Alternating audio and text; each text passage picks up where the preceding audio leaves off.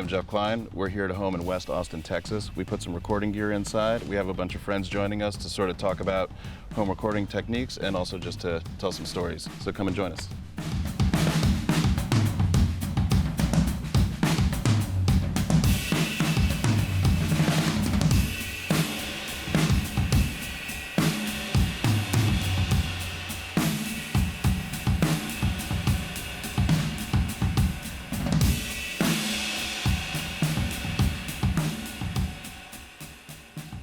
Do you guys have any superstitious or odd studio practices? I'll give you one to start. If the engineer will let me, I drop drums off the night before just to let them get used to the room. That's just something. I feel like most of the time I don't have that luxury because I'm using the studio's I bring gear. snare and cymbals, A right? lot I bring snare and cymbals. A lot of time the studio kit that engineer's been working on for weeks and weeks, it's like he's got it dialed. Yeah. And if you bring in something completely different, it's going to kind of throw him in a way. He's not going to be as comfortable. Yeah. It's going to make you less comfortable as well. Yeah. Yeah, I mean, if they have a house kit, that's always preferable. That's what I was gonna say, Like like, if if I'm- there and they know where to put the mics on it. Yeah, like if I'm bringing drums and they want me to change heads, I'll definitely try to change them the day before, you know? But other than that, no. Like it's ideal, I think, if there's a kit set up that's mic'd and that has like lived in that room for a while, you know? That reminds me of a funny thing that I heard, that the Motown sound. Have you guys been to Motown on tour? And I And never it's a garage, basically. It's- man. yeah, with it's like nothing. a linoleum Gotta floor. go. It's fucking awesome. With yeah. what about the floor worn out by the console? Oh, that's cool. Oh, I don't know if I saw that. Completely worn through to the wood, and the Oh, wood's wow. worn out. But evidently the story was, once they got that room happening, it was cooking, you couldn't move a cymbal an inch. You weren't allowed to touch anything or retune anything. Because it was the sound, The bass amp could not be moved a centimeter from where it was. That's amazing. Because the room was just happening.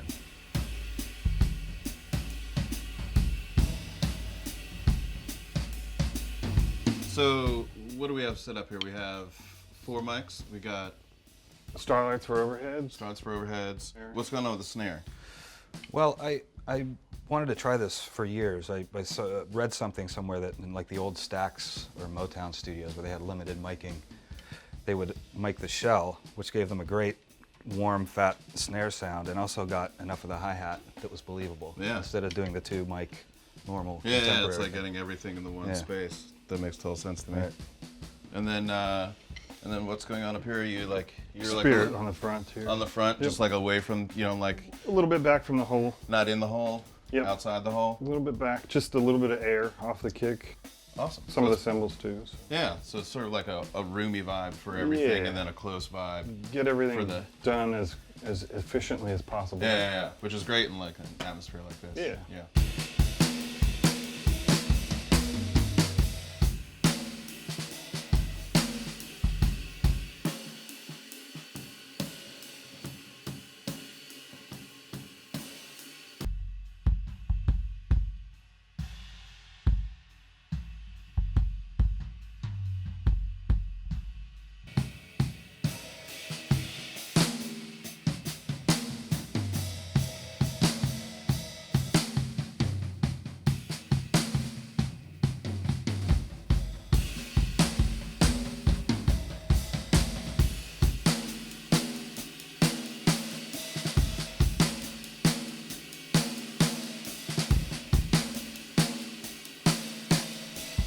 So you were talking about Ringo's dead drum sounds, and I'm always curious about other drummers' dampening tricks.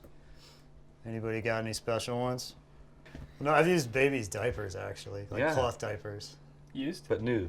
Oh. Or I love, washed. honestly, Do you really use diapers? I have used on the drums for dampening. that's crazy. What about the old, all the old guys always talk about the wallet trick. That's what I was about to say. I mean, I use I that like all it, the except time. it moves. It gets in your way. Gotta get some Yeah. more cash in there, baby. See? No, I use a wallet constantly. Really? That's my main dampener, I would say. Let's see your wallet. Oh, I do have it. Let's see how much cash you have, That's bro. perfect. Not a lot. Not a lot. I find the whole dampening thing fascinating because some people are so anti-dampening drums. Again, it depends on the application. I mean, what kind of music you're playing, what style you are. Open drums sound great. There was a picture I posted one time on tour, and it was an overhead shot of the kit that every drummer does, you know. Right. And I had the black dots on the kit, but I also had gaff all over it, you know. Yeah. And it was funny. One of the comments on this thing was, "Gaff tape. Guy obviously doesn't know how to tune his drums." And I just laughed. Yeah, like I was just like, this is hilarious to Yeah. me, There's always because that one means old like, guy. I mean, I found it really humorous, but to me it just makes me laugh that you're like, that would just be like saying like, oh, he uses a 16-inch crash instead of a 18. He obviously can't play drums. You're like, no, you're just different applications for different Yeah. When you things. sit know? on somebody Right. else's kit, and there's like literally visible ripples in the rack tom head. You Yeah. hit it, and it's like, oh, that's so good. Yeah, Right. it sounds I great. gotta, Yeah, I gotta try it. Right.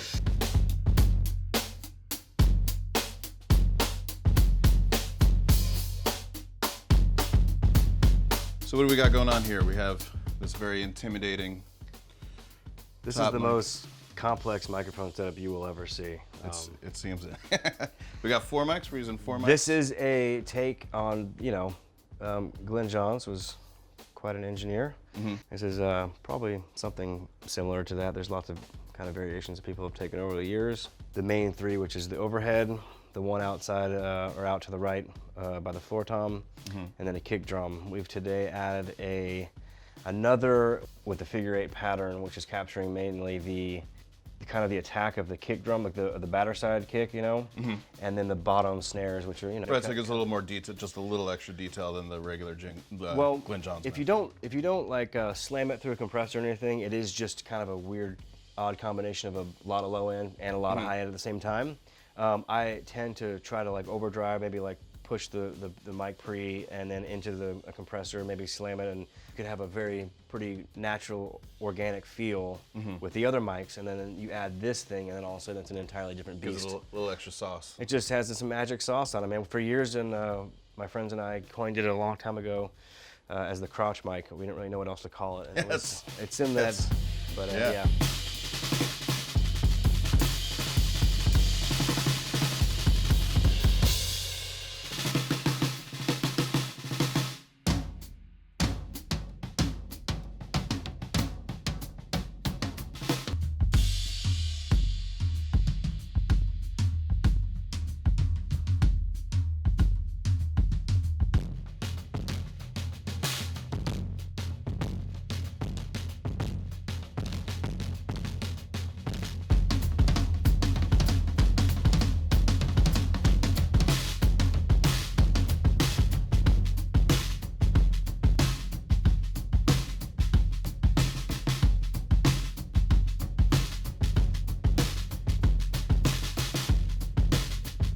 If I told each of you to grab one mic and get one good full kit sound, where do you try it first? Where do you place it? 3 sticks up off the snare, Yeah. I think. I think sometimes, depending on where your cymbals are, you can also get one, if you're only using a 4-piece, above the kick, kind of Yeah, angled and- down at the snare, Yeah. That's where the you're one. getting the toms. You Like kind of between the right cymbal and the yeah, tom. exactly. Yeah, that's that's kind of, a if you have good one. one. I feel like I've gotten a lot of good sounds with that Yeah. placement. I don't know about that stuff, but I know that like when there's a mic there, it's gonna be okay. Yeah. You know what I mean? Yeah. Yeah. Do you guys prefer playing live or in the studio? Any strong preference either way? It's a different kind of love. Well, Yeah. Cully, why don't you take this one first? Honestly, it's hard to compare the two for me anyway. I guess live is fun, but I think the older I get, the more I appreciate studio stuff. Like just that style of playing is so different, and you're controlling cymbals and you're controlling the sound so much more. Where live, you're just competing with a bunch of assholes and you just gotta play, So it's like it doesn't matter. Like it's all coming through a PA. So that skill, it's more performance. Whereas like live, studio is more. It's more musical sometimes, for me anyway. So we got 1 microphone? We got 2. 2. We've got 1, and then 1 in the bathroom. 1 in the bathroom. Yep, we've got the origin in the bathroom, and this one here. Wow. So this is just sort of like capturing all the close stuff. Yep, all the close stuff kind of pointed at the snare to shoot over the kick drum and get a little bit of everything. So nothing on the kick, nothing on the snare. Just kind of 2 mics catching everything, 2 mics, a lot of EQ, and some compression. and Cully. Yeah. And the drummer. You know. Yeah. Yeah, the rest of it doesn't really matter. Yeah. So you're doing all the work on this one because Right. That's why I like it. It's just kind this of. is great for this environment too, because it's just 2 microphones. So if you have like a small rig, you can just set it up 2 and mics, record. 2 pre's, and that's it. Man, keep it simple, stupid, right?